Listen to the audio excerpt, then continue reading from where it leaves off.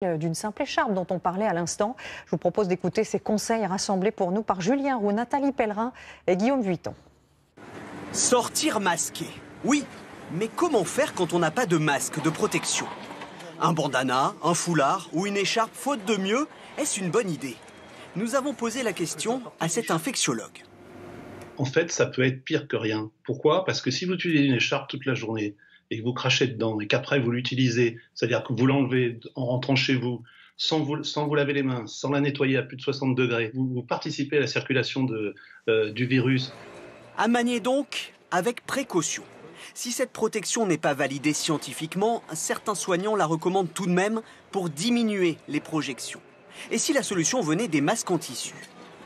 L'idée, c'est qu'on va vous apprendre à réaliser un masque en tissu. En 2013, des chercheurs britanniques ont comparé l'efficacité de masques faits maison en fibre de coton avec des masques chirurgicaux.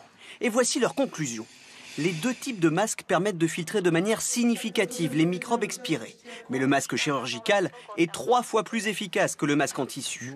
Le fait maison est donc considéré comme une option de dernier recours pour limiter la transmission par des personnes infectées.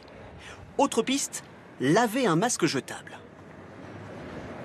Certains lavent leur masque à 60 degrés ou les passent au four. Est-ce que c'est une bonne idée? Non, c'est une mauvaise idée. Il ne faut pas réutiliser les masques à usage unique.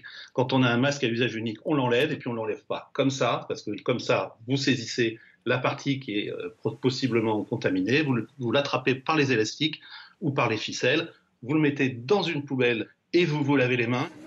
Les meilleures protections demeurent donc un lavage des mains très fréquent, le respect de la distanciation sociale, ainsi qu'un confinement strict pour réduire au maximum le nombre de contacts.